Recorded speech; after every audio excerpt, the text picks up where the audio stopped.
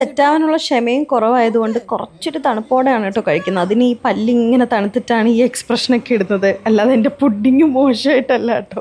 എന്തായാലും കേശൂട്ടൻ ട്രൈ ചെയ്തു. കേശൂട്ടി അതിനേക്കാളില്ല, അവൾക്ക് പിന്നെ തണുപ്പും ചൂടൊന്നും വിഷയമല്ല. ഇപ്പം രണ്ടുപേരും കൂടി ഇരുന്ന് എന്തോ കാര്യമായിട്ട് കാണുകയാണ്, വളരെ ഡീസൻ്റായിട്ട്. അതേ നമുക്കിപ്പോൾ വഴിയുള്ളൂ. അപ്പോൾ അങ്ങനെ രണ്ടുപേരുടെ ആ ഒരു സ്നേഹപ്രകടനം ഞാനിങ്ങനെ കണ്ടപ്പോൾ പെട്ടെന്നൊരു വീഡിയോ എടുത്ത് വെച്ചതാണ് കേട്ടോ. നല്ല രസമല്ലേ ഒരു ചേട്ടനും അനിയത്തി. ഞാൻ ചേച്ചിയും എങ്ങനെയാണോ ആ ഒരു ഏജ് ഗ്യാപ്പ് മാത്രമേ ഉള്ളൂ കേട്ടോ അവർ തമ്മിൽ. അതിനേക്കാട്ടിൽ കുറച്ചുകൂടെ ഉണ്ടെന്ന് തോന്നുന്നു. ഞങ്ങൾ അത്രയും കൂടി ഇല്ലായിരുന്നു. ഇവരിപ്പോൾ 2 വയസ്സിനൊരു ഗ്യാപ്പുണ്ട്, ഞാനും ചേച്ചി 1.5 വയസ്സിനൊരു ഗ്യാപ്പേ ഉള്ളായിരുന്നു. ഇപ്പോൾ രണ്ടുപേരും കൂടെ ചക്കോപ്പേരയൊക്കെ പൊട്ടിച്ചിട്ടിട്ട് അത് ചേച്ചി കൂടിയിരുന്ന് പറക്കുന്ന സീനാണ് കാണുന്നത്. എൻ്റെ കേശൂട്ടി എപ്പോഴും എൻ്റെ പോലെയാണെന്നാണ് മിക്കവാറും എല്ലാവരും പറയാറ്.